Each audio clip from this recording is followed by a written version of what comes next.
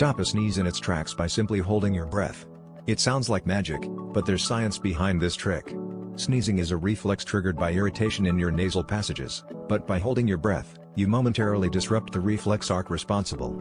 This creates just enough of a physiological interruption to stop the sneeze before it happens. It's like hitting the pause button on your body's natural response. Next time you feel that tickle in your nose, give it a try, inhale deeply, hold it, and you might just keep that sneeze at bay.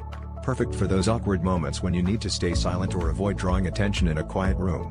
Just remember, it's not a permanent fix for persistent sneezing, but it's a neat little life hack for those unexpected moments.